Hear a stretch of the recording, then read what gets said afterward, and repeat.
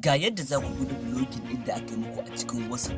So a kwanakin baya na wani bidiyo akan cewa yadda za ka buɗe blogin ɗin da aka yi muku a cikin WhatsApp. So na comment ɗin mutane da dama, wasu ya ce ba su gane ba, wasu ya ce ne musu ƙarin bayani akan yadda ake wannan abin. Da farko idan za ka buɗe blogin ɗin da aka yi muku a cikin WhatsApp, hanyoyi guda biyu ne wanda za yi ku buɗe blogin ɗin da aka yi muku a cikin WhatsApp.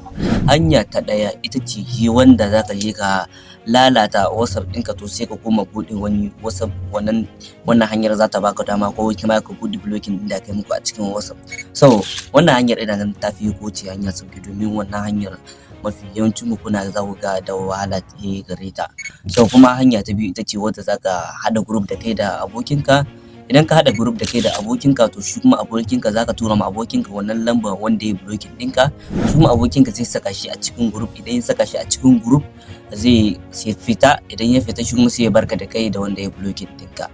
Amma ba ma sai ka tura ma wani abokinka ba, ko kuma a wayarka guda idan kana da WhatsApp ne guda biyu, kana aiki da WhatsApp guda biyu, zai yi kai wannan abin. Don haka ku biyo ni cikin wannan bidiyo domin in nuna muku yadda za ku yi wannan abin cikin sauki. Za ku yi wannan, amma kafin nan idan ka tabbata baka danna ma wannan bidiyo alamar liking, maka danna ma wannan bidiyo alamar liking, sannan ka danna alamar ta subscribe da kuma ƙararrawa, domin yanzu idan na saki wani sabon bidiyo za a sanar da kai. Kar ku manta ku yi liking, ku yi sharing din wannan bidiyo domin ƴan uwanku da yawa su gani su amfana. Nagode.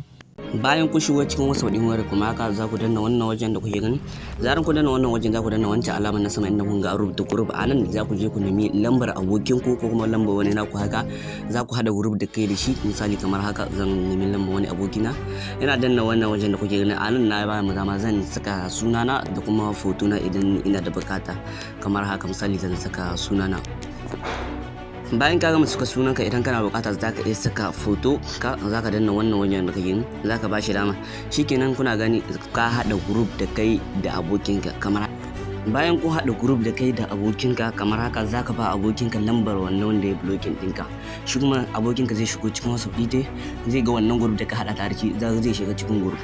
Idan ya shiga cikin group yana da damar da zai iya saka mutum cikin group ba tare da yana da admin ba. Za ka danna wannan wajen. Zaran ka danna wannan wajen, idan ka amshi wayar abokin kafa, to za ka danna wannan wajen da kuke gani. Kuna gani wancan na saman da kuke gani shine za ku danna, inda kun ga aro ta ajute number da wardi da dama ka rige da ka ba abokinka lambar wannan wanda ya blocking ɗinka. Ana abokinka zai je ya nemi wannan lamba wanda ya blocking ɗinka, zai saka shi cikin group.